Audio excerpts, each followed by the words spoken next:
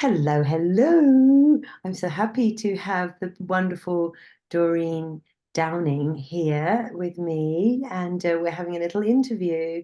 And I'm so happy because I'm a fan of yours, Doreen. Oh, nice. Yes, I'm a fan of yours too, Allison. So I feel like we found each other and we've been dancing together in getting to know each other better and better. Yes. Yeah, yeah. So, Dr. Doreen Downing, I like you when you do your podcast, you say Doreen, Doreen. You pronounce it a bit. You're right. Yes, you're right. Exactly. There are, and I know that in England people say Doreen, and it's Yeah. But I've noticed other yeah, Americans are calling you Doreen, even though yeah. there's stress on the E, but you say Doreen. Is that right? You're right. What an ear you have. Well, people that do voice stuff have, don't we? They go so well together. Wow. Yes. What an ear. Amazing. Because sometimes people say, do you spell it D-E-R, rather than Doreen. Yeah, Doreen. Yeah. So Dr. Doreen Downing is a psychologist and a fearless speaking coach, and she's an author and speaker and podcast host. And I've really enjoyed Doreen's podcast, which is called Find Your Voice, Change Your Life. And you can find it on all the platforms. Is that correct? Yes, Apple, whatever Yeah. podcast, Spotify. And YouTube. Yeah, Google. Yes, YouTube. I do have a playlist on YouTube, right? So Yeah. it's in person, the video as well as the sound. Yes. Because I've been a guest on your podcast. It's going to come out one of these old days, isn't it? Yes. Yeah. So Yes. I didn't know that they were on YouTube, but I found out. Well, I kind of thought they would be, but I'm a listener. I don't watch things, so I Yeah. just. But the other day I went on YouTube because you've got this wonderful thing. Doreen also has a Facebook group called. Is it called Find Your Voice, Change Your Life? Well, it's find your voice and speak up now. Oh, and Speak Up Now. Oh, but that's only for women, right? Well, I do have a man or two in there, so Because that was really cool because Doreen does all these really good posts to trigger sort of questions in your mind and invite you to look within and understand yourself a little bit more. But also there was a podcast challenge recently, and the last bonus post that you shared with me, Doreen, was really good because it had loads of different podcasts that you've done and what they were generally about. How many years have you been doing podcasts? I've been doing it 3 years and I've got over 130 episodes. And those 10 that I put in my Facebook group were just helping people with, because there's so many. What do I choose? What do I choose? And I thought, actually, those are some of my favorites. So those are some of my favorite people. So I posted those, or that I thought would bring value to the people in my group. So yeah, some people that I care about. And there was a famous one there too. The famous one was well, he was famous and he did tell his personal story, but it's a little different than somebody who's not so famous and is just raw, Oh, and tell don't us have who that is. their story all together and are Yeah, promoting themselves, yeah. Who is your famous person? Well, I had a couple. One was John Gray, Dr. John Gray, who wrote Men Are From Mars, Women Are From Venus. Hmm. And then Les Brown, Mr. Les Brown, he's a motivational speaker and he's big around in these parts. Okay, and the parts you're in is California, right? The doesn't matter, I don't know. You said in these parts. You're living in California, correct? I meant these parts, meaning the United States. Yeah, the whole Compared to, country that you live in. Okay. Um, I'm not very au fait with famous people in general, to be honest. Mhm. So then also it says that your experience as Oh, a deep listener and you help people go within, face their fears safely, embrace their wounded voice, and find the core essence of who they truly are so they can be more fully present and speak up with a calm confidence anytime, anywhere. Oh, I like that. I like that little sass. So I'm imagining, because I also help people to speak and be more confident in the way they express themselves, you have a story of your own journey to this place that you now help other people with. Is that correct? Well, it depends on which part of my story, because you understand depth, inner depth, I think Mhm. I'll just go there. And it has to do with, I've never said this out in public much, but just in my private Facebook group, I don't know if you've seen it yet, but I did a post from a movie that's out right now, and it's about, well, I think it's an episode on TV, but it doesn't matter. What it's about is the character talking about being bipolar. Mhm. And my mother was bipolar. Mhm. That meant that I mean, she was diagnosed, but that meant that she had this beautiful, wonderful, uplifting spirit. One of the favorite kind of poses we have of her is with both arms wide, just upstretched, just life. Here I am. Mhm. Uh, and then the other is deep, deep depression. Mhm. And so when I was 5 years old, mom was in and out of the hospital with deep depression. And whenever she came back, my grandma, that we were staying with my grandma, said, you better be quiet or your mom's going to get sick and go back in the hospital. And so a 5-year-old, can you imagine? Ow, I don't want to make my mommy sick. I better be quiet and I better, and here you are, is just kind of a bouncy little spirited girl. And my sister was just a year younger. And we both were playful, but we had to tone ourselves down so that we thought, that we would then.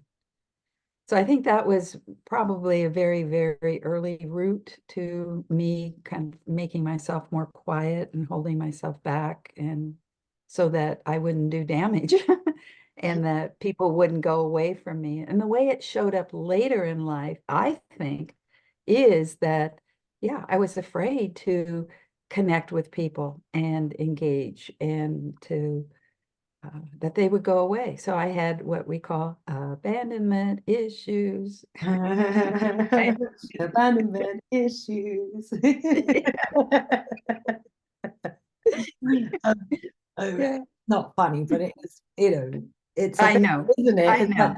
and and so because you're a psychologist, so you probably know better about this than I do, but I've heard that kids blame themselves for everything when they're children. That so even if Yeah. you hadn't have said that, but I imagine after your grandmother had said to you, be quiet or your mum will go back in hospital, there would have been another time she would have gone back in hospital, and you must have felt terribly guilty. Yeah.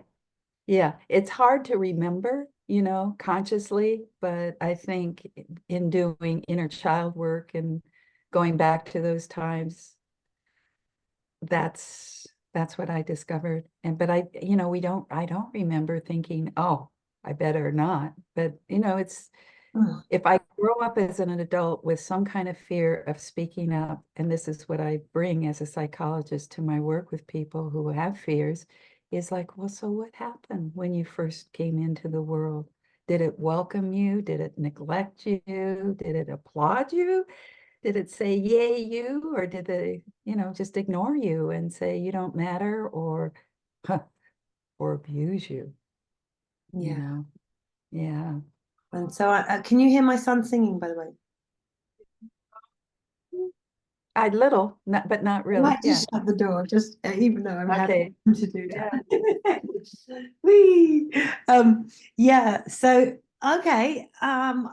What's so interesting is we both help people to feel more confident in the way that they express themselves, and so I would love to know. Um, I know that the way I work is quite unstructured, and I don't have a degree in anything that I do with my people. And so I would love to know what type of method that you use when you're working with people to help them Mm. feel more confident. It comes from me being trained as a psychologist, I think, in deep, deep listening and making it so safe for people to actually do that journey inside to explore, like, the story I just told you about my grandma early on, because I truly believe that somewhere along the line, something happened that blocked the energy of you, of the person, the bright spirit, free person. Yeah, And so I think that people always say, well, I don't understand. And so I help them first come to an understanding. And that's the deep root is what I get to, the root cause of why they carry this particular kind of speaking anxiety. right. So in terms of your situation, just so to get to understand, it's not just remembering um, or, Yes, or right. why. So once the person says, okay, if we may I use your scenario? Sure. So Yes. if I say if I discover that I can feel that the reason came from my this experience with my mom when I was young and my grandmother, then what do you do? So they've discovered this, you've listened and you made them feel safe, and they've dug into their past and they've kind of remembered some of the thing. Then what do you do with them? Okay, so first there's a aha. Oh, That's a relief. finally, because mostly people go, well, that was the past. It doesn't matter. I got to move on. And a lot of the popular phrase, feel the fear and do it anyway. A Mm, lot of the people I work with say, I don't want to feel the fear. Yeah, I could do it anyway, but I still have the fear. So that's what I like to help people get to the insight. You're right. So the aha is there. Then well, that's what I have are all sorts of healing techniques, whether it's inner child work, dialoguing, hello in there, so that we take who we are nowadays with all of our compassion, all of our heartfulness, and we go back to that moment or those moments and say, I'm here now. I could listen because we had, especially those who've had trauma, let's say, they've had to, and if people go to my podcast, that's what's there. A lot of people have had trauma and they talk about it, but we get to reconnect with the abandoned, exiled part of ourself that's always been there. We've just covered over it. And I like to say that where there is fear, there is a treasure. So that helps people do that. Let's go back and discover, all you can about fear. Because that's how what do you do when you take something out, like discharge it or take the air out of a balloon? mhm. It begins to dissolve more naturally than feel the fear and do it anyway, kind of thing. So first it's the fear, or we've got some explanation finally, and then it's like, oh well, let's take compassion and go back, and in the program I lead, it's face fear, then embrace the fear, that we bring the most compassionate listening to ourselves, and we help who's ever left behind to feel like, oh, somebody's finally here for me. Okay. That's They found child, me. the inner child work, right? The person who's left behind is the one Right. who was bruised. So the one who's Yes. here now meets the one who was bruised. I've done that once. It was great. Yes. Yeah, that I, was amazing. another example I have so many examples, but one that's really obvious is this happened to somebody when he was 11 years old and his father died, and his uncle came and said, you are now the man of the family. And what he came to me originally was because he felt like an imposter. He was showing up at his corporation and, trying to take on leadership, but he was just too nervous about it and he couldn't really advance in his career. because he was too nervous of taking on bigger roles because he felt like an imposter. So Mm. once he got to, oh, 12 years old, I'm supposed to be a man. Now that's imposter, right? A little 12-year-old boy. Man. Mhm. And then what do? You do some practical, so you've done some inner child healing work with them. So you help them to do the aha, then they can do the inner child healing work with themselves and create the safety or whatever it is they need to to build a relationship with that bruised person that they were. Yeah. Yes, beautifully put. That's I love I never called it the bruised person. I love that. That's a really nice frame, Allison. That's Goody, goody, goody. nice. Um, Okay, yes. So we're halfway, I mean we're about 1/3 of the way because it's first it's all about being able to face the fear, embrace it, and people want to get straight to replace it. But you can't mm, yes, there are a lot of programs where you just work on replacing it. Yeah, just yeah, put something in its yeah, place. Yeah, yeah, yeah.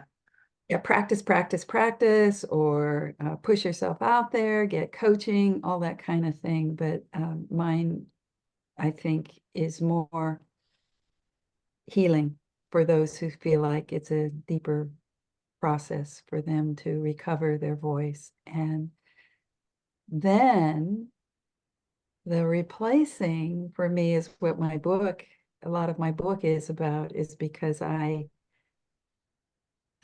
I did do the work. I went to Toastmasters, and that was more about performance. I got really good. I won contests, but hello, she's still inside. She's still scared to come out. She doesn't want to get those clicks that they do in Toastmasters. She better do it right, or else. You know, Toastmasters has a particular format, and you do vocal variety, and you get judged I on was your thinking of doing speeches.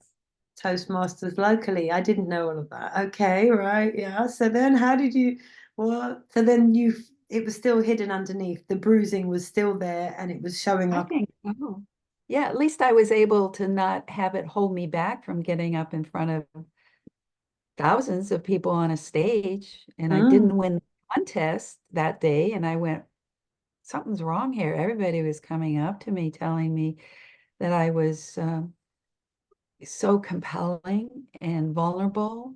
mm, And however, the person who won was way a comedian, mm-hmm, is a performer, entertainer, mm-hmm, basically. mm-hmm, I didn't want to do I didn't want to do entertaining. I wanted to do speaking that inspired or, that brought, I guess I just said it, inspiration to people. I didn't want to entertain them. I wanted to wake them up. mm-hmm. Yeah. So we were okay. So we went to your talk and your postmasters and this part of you that was still working on the stuff. Um, Yeah. there's two ways we could go now with the conversation. We could go into, so what did you have to learn to get to the next? Yes. You Oh, are so good. You are so good. You really know how to listen and follow. So what's the other direction, would you the say? other direction we could go is we were about a third of the way with your clients. And I think they related these two directions. Yes. Yes. It's the same thing, actually, is that they've come to have some self-insight. They have some healing. Well, hello, now what do I do? Well, there are some techniques, but they aren't at all, at least the seven I write about in my book. I call it the 7-step solution to stage fright. That's one thing I'm playing with right now, is that idea of the 7-step solution to stage fright. How do you like that? I like it, but hang on a minute. This book, is it one you're writing or that you've written? It's on Amazon right now, and it's also on audio or whatever it is, Audible. The Seven Steps to Stage Fright, that one is on. Well, I've named it. I didn't name it in the book, but I've been taking a class where they talk about making something more tangible. Right now, So it was changing the title.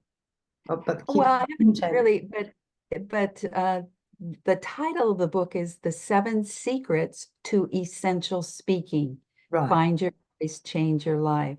Okay. So that I called them secrets because, hello, it has nothing to do about speaking, as it turns out. Mm-mm. I get it. I So love you're I thinking love of doing a talking to title you. change, is that right? Well, the process itself. And so what I just said a second ago is I love speaking to you because my voice does all sorts of wonderful I things know. I'm to really you. noticing. You're like almost singing to me. Yes, yes, yes. You make it possible for us to step into a more playful, free kind of expression of ourselves. Thank you. Thank you so You're much. welcome. You're so welcome. Um, So anyway, the 7 secrets, and I call them the 7 secrets because they are all based on being. So the first secret is be still. hmm, I could take a deep breath, and that is a whole training itself when people have nerves, right? How to calm the body, how to clear the mind, quiet the mind. mhm, So mhm. that's huge as a number one, well, I call it a secret or a step, is to learn how to do that. So in a snap, just like that, when you start to feel anxiety, you could take your, and I don't teach breathing techniques, but I know breath. We have to find one that works for whoever I'm working with, right? Mhm.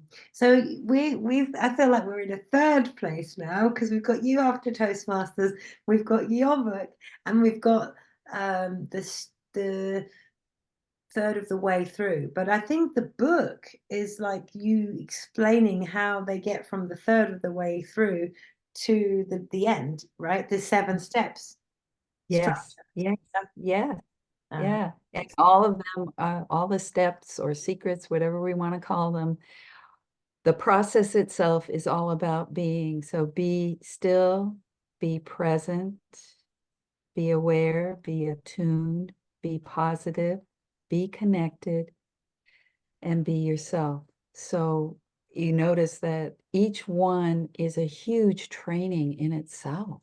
hmm. What does be positive mean? It isn't just like, hello, Yeah, it everything's really is. fine. It's fine. I'm fine. Yeah. I do. I used to on my Facebook group, Free Your True Voice. I used to have these themes where we'd have discussions and people would come in to the live and we'd all talk about it, just chat about it because there's more to learn always about how to express ourselves with more authenticity. But yeah, I'm fine. I mean.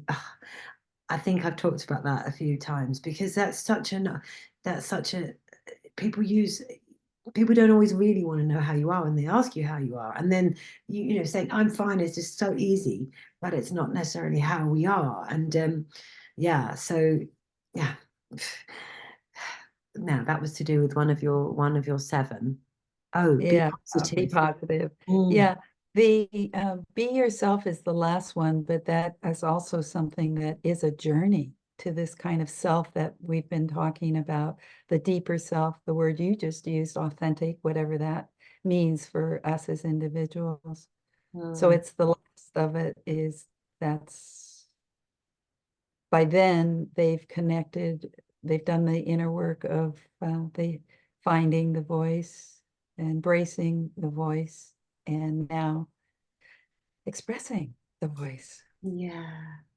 I'm loving my own journey of freeing my voice and being myself. And what I call it free your true voice because that's to me is the self with a big S.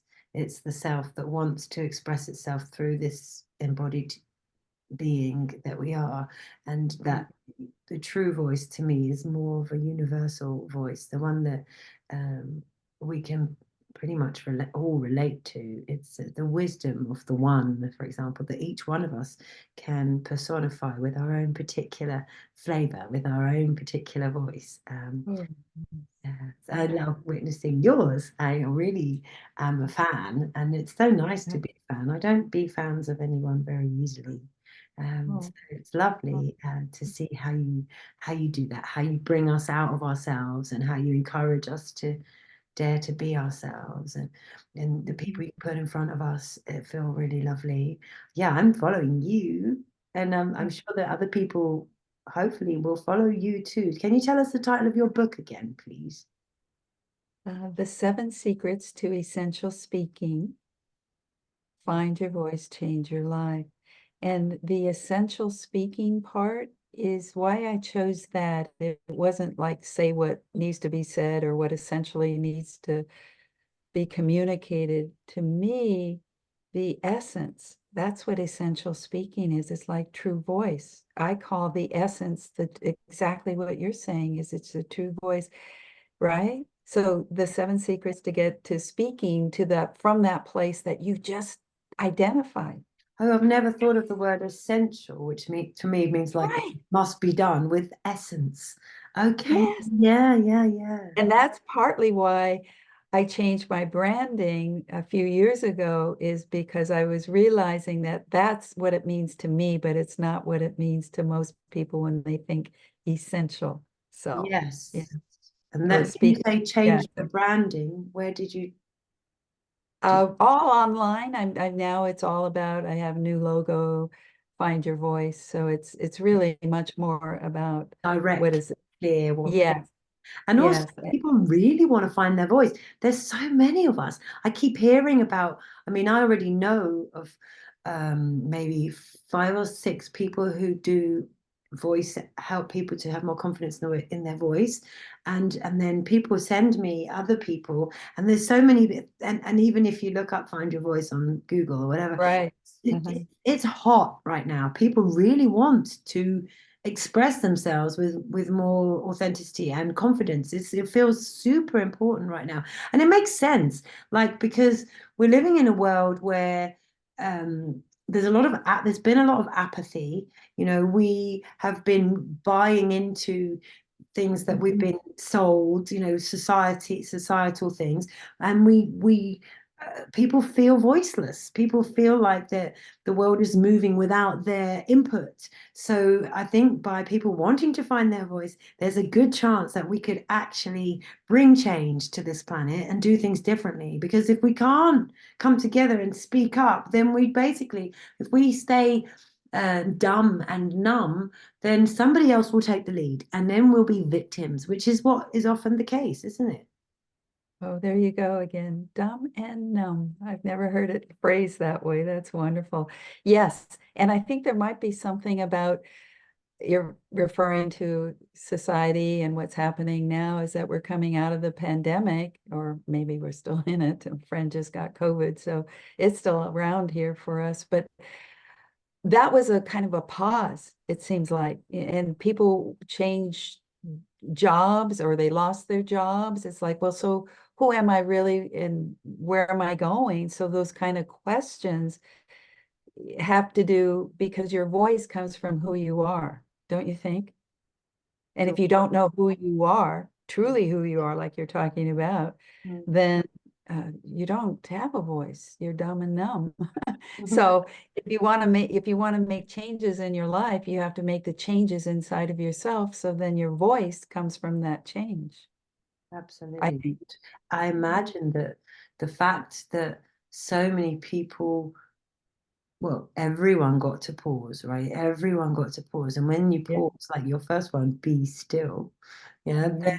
then there's some introspection starts to happen, doesn't it? When Yeah. people are on their own and everything, they must have had some time to look within, even if they didn't want to, unlike us. Right. Love it. Yeah, yeah, you're right. Even if they didn't want to. Ooh, yeah. Wow. I feel that. Yeah.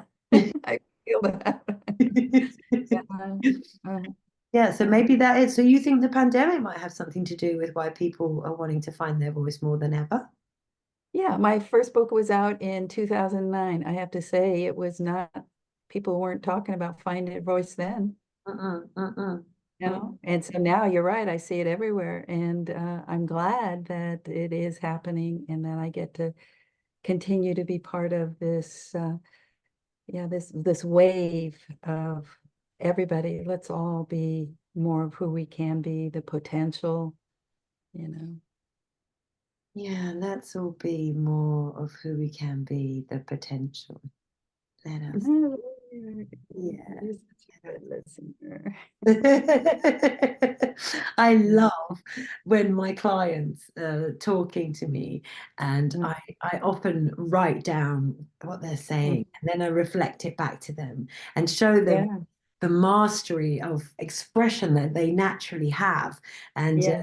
and I love, yeah, I love listening. And we Oh, know listening yeah. is super important. Like I love, so I don't watch, like I don't even know what the famous people whose songs I sing look like because I only listen. I don't watch anything. I just, that's the part of me that's interested and engaged. So if it's something on YouTube, chances are I've not looked at it. I've just listened to it only. And yeah, I just love, but we have to, people don't always understand how the voice and the ear are so important. Like Mm, one of my favorite speakers, Abraham Hicks, says, if a tree falls in the forest and there's no one there to hear it, does it make a sound? mhm. Mm, Um, and yeah, yeah, it's the receiver, like it's all very well having a voice, but we need a receiver to pick it up. And so our voice yeah. needs to be received. So cultivating listening, I guess you do that with your clients as well to cultivate their listening. Yeah, well, when we were talking about the inner, the way you go in is with a curiosity, an attitude. You don't go in with a hammer or a chisel to try and, chisel yourself out of the mold that you made, but you get to see it melt if you go in with a heart, I think, and the approach, I think, is what you're talking about in terms of Mm, listening to ourselves. And something like, for what I do, the kind of listening I do reflects, I think, for people how to listen to themselves, mm, the way I'm listening to them. Because the way, yeah. I can hear, you can hear it too, I'm sure, is when they say, oh, I'm sorry I said that. It's like, ooh, I know right away there's something happening there, that they aren't listening to themselves in a way that is curious and compassionate, and Yeah. re- really wants to, I keep coming back to, with you right now, with the heart, kindness, Mm, gen gentle. Yeah. mm. If this little one has been so scared and so buried so deep, then And we often be mean to it and make it, give it more yeah, reason to hide in. I sometimes yeah. use the analogy of a tortoise, so if it does start to come out, Hmm.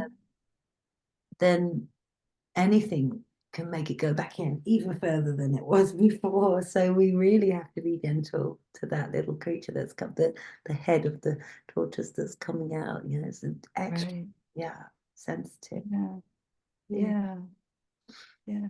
And then Well, to listen to the way they speak to, like you said about the sorry. I did another one on my Facebook group once about the word sorry, and people use that word so often. Half the time they don't mean it, and and then apologizing for themselves when they've not done anything wrong as well, which is quite bizarre. yeah, it's almost like an apology for being alive, and they've somehow learned that they learned that somewhere along the line. In psychology, we call that learned helplessness, and it's been studied, and there's a phrase for it, obviously, and a whole Mm, study on how we learn to be helpless victims. And that becomes our identity. Boy, you and I are just going on all sorts of little into arenas of who we are and how we got to be that way. And I loved what you just said about the peeking out. yeah. You know, somebody who, I loved your phrase earlier too, bruised, wounded and bruised, and ow, even just Oh, yes, um, yes. so I'm going to take us back to your Toastmasters conversation. So when you gave that, talk, the one, you know, the clicking and the Mhm. competition that you didn't win, was that like a peeking out at that point in your journey of finding your Good voice? point. Yeah. Yeah, because by then I had already done a lot of the inner work and I knew about how to speak from a more vulnerable place. And I talked about having gotten diabetes. And I used a Antonio Machado poem about how the roses were dead petals and something like that, that the roses and the jasmine fragrant came around and said, hey, roses, can we switch? You know, I'll give you some of my fragrance. And then the roses said, I don't have anything. I'm shriveled. And it was about me feeling like I had shriveled, you know, with this diabetes diagnosis that I had. And I was very vulnerable, very using my own story, my own life to show how that I found, you know, the new blossom inside of me and be able to have, you know, be able to give back to something like it was a metaphor, of course, the poem, but it was also a story that was real for me. And so I sat down just feeling, oh, I got it. I'm going to win this contest. So And that so the third person got uh, announced, and I went, oh, maybe I'm second or first. Second place got announced. And oh, I bet I'm first. First person. And I didn't win. And I said, I didn't even get third. Oh my gosh. oh no. I feel so embarrassed. Oh no. I was just so vulnerable in front of it was huge. It was like 1,000 people. It was a huge conference, and but what saved me that day was people coming up to me who How good it was and how it that moved. I had touched by my voice had touched people who had been moved and inspired, and that's when I realized, okay, I don't want to be a Toastmaster entertainer type speaker. Yeah. I really want to help people be more authentic. You know, that's my job. So it was a turning point for me. Okay. All right. Okay. So it didn't, you got the disappointment, but you also got the feedback that told you that was way more important than winning a prize. Yes. Yeah. Yeah. Yeah. Am Yeah. I going? You're right. What a great analogy. Am I going for the prize or am I going for my true self Yeah. Or and being being a more winner. exposed Yeah. as Because my true? it's so Go ahead. wonderful being, I love my work so much. I love bringing people out of themselves. It's like just such a joy. When I have my client sessions, I'm usually really high afterwards. It's like, Yes. so it's a Yeah. different kind of winning, isn't it? When you can see Yeah. somebody's life transform and you Yeah. had something to do with it. That Yeah. is a prize. That is Yeah. one amazing prize. Oh, nice. Yeah, Yeah. yeah, And I like what you just said too about it being you know, the sense of I've just won something because I've helped somebody, you know, find their voice. And it's the more we do that, it's like the way you just saw the sparkle in somebody, you know, like their life force. It's like the more of that happens around this world. Hello, don't you see? This is going to be a different universe because people like you and yes. That's people. what I do. It's funny you said about seeing the sparkle because one of the images I have is Uh-huh. um like you know in those movies where the electricity turns off in the town and you see the lights going off and then the electricity comes on in the town and that's so that sparkle, that image that you had just shared, to me I see that like all these hearts coming alight all around the world, and you just see all these lights coming on all over the globe. And so yeah, I mean, I love that we're on the same page. Oh, absolutely. In fact, I was in England, by the way, at a Stammers convention, and it was in Sheffield. Yeah, in Sheffield. Yeah. North, yes. And it was the British Stammers Association. And it was in my early training in finding how to speak in this particular way with more authenticity, and how to be on a stage with nothing to say and a microphone, and find what in this very now moment, this very presence, what wants to be said. So you talk about listening. So this is the advanced part of it. So there I was actually assisting the person that I train with, and it was still early in my ability to be so self-exposed on a stage without a script. And he asked me to come up, and there were 200 people in the room. I was so scared, but I had been already begun my training to stop, look into the audience, and find a pair of sparkling eyes, Hmm. right? And talk only to that one person. So this is a tip for who's ever listening, is that instead of talking to the whole group of 200 people as one unit, you find those sparkling eyes, and you could do it even if you got lights on you and you can't see any eyes in the audience.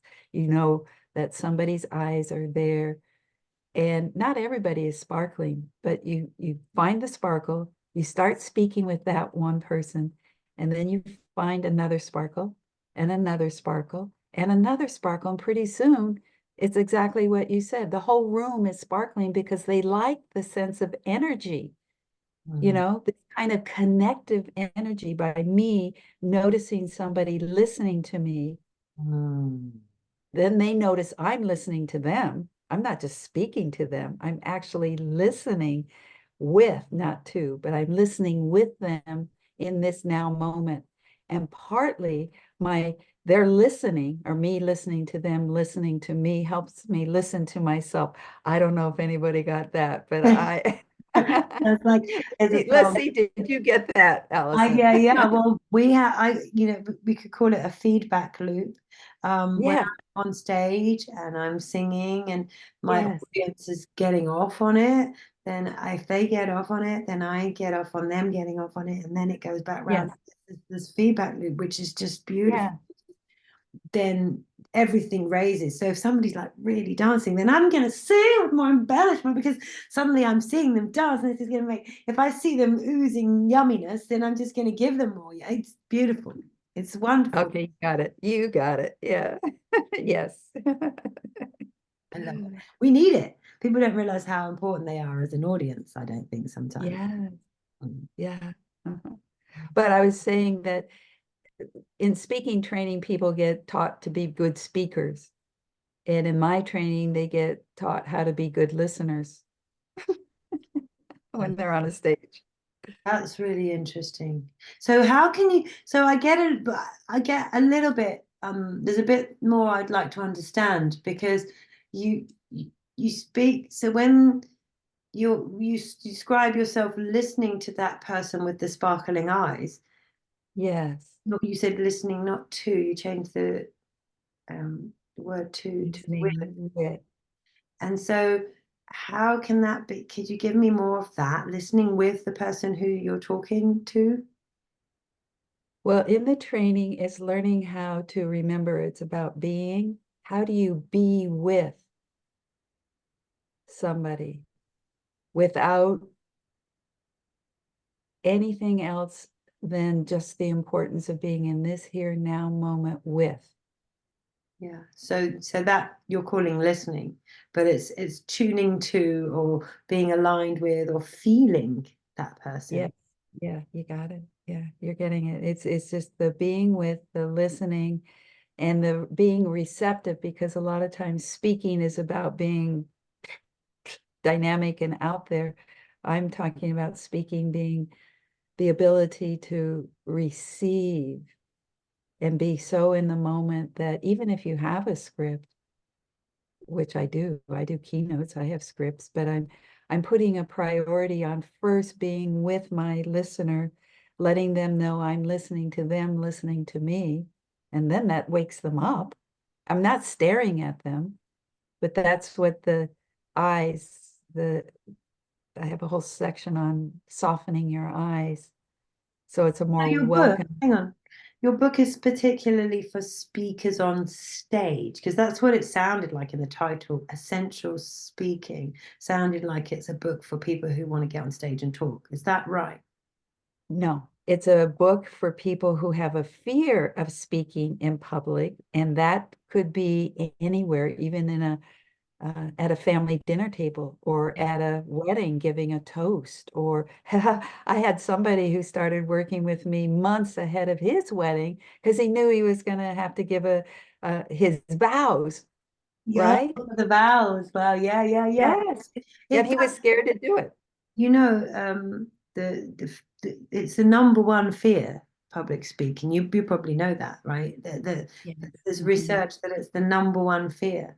So yeah, people don't quite realize how much of a big deal it is. And so in a way, because it's the number one fear, it makes sense. There's so many find your voice people at the moment because I don't know when Mhm. they last did the survey, but it blows my mind that the number one fear is public speaking. Because I've done some talks about that. It's like could be spiders or being murdered or tortured, but it's public speaking. So no wonder Yes, there's so much call for people like us in the world right now. yes, yes, yes, yes, yeah. Mm. So look, I've really enjoyed talking to you, and this is quite a chunky interview. I'm not going to edit it at all. So I Mhm. think it's a time to tell the world how to find you. So you've got a website, Doreen Downing. That's we say Doreen over here, Right. Downing.com, Uh, DoreenDowning.com or yes, DoreenDowning.com. And then Find Your Voice, Change Your Life is the podcast. yes, Then there is a Facebook group, which I do recommend, and it sounds like all humans are welcome, even though it's particularly yes, female. Yeah. yes. And that's called Find Your Voice and Speak And speak up now. and Speak Up Now. So yeah, I really encourage people to follow Doreen. You can listen to her podcast in your car. That's what I do, Mhm. or anywhere, wherever that suits you. Yeah, let's do it, people. Let's all learn how to bring our confident self, essential, our essence out through Yeah. our mouths and touch lives and touch each other and connect and be together. And is there any final words you would like to say to anyone who's listening right now? Well, I think that to have the sense that finding your voice could be a fun journey, because working with you, Allison, is obviously got to be fun for people. Working with me, uh, it doesn't get to be fun right away because we're doing the digging into some pain, but I bring a lot of love to it so that there's gentle kind of caressing inside as we do the inner journey. So the fun and the being embraced at the same time, I think we bring really wonderful opportunities for people who want to be who can be more expressed. Yeah. And I'd like to say that I also like to get people to feel the pain because it's the Oh, place where it's uh-huh. it's the place where there's a point of flux where things can change direction, but you have to get there. You have to dig into the pain to find the treasure, which you spoke about. Yes. So yeah, Yeah. I do that as Yeah. well. Yeah, yeah. Okay. Yes. Because There's no denying it, is it? We can't get away from the pain. That's the teacher. right. Yes. Absolutely. Thank you, and we will be dancing together more in this journey that we've got. Yeah. And be fun. Yeah, thank Yeah, you. It's been a pleasure sharing time with you. Thank you, Doreen Downing. thank you. Thank you. Ding.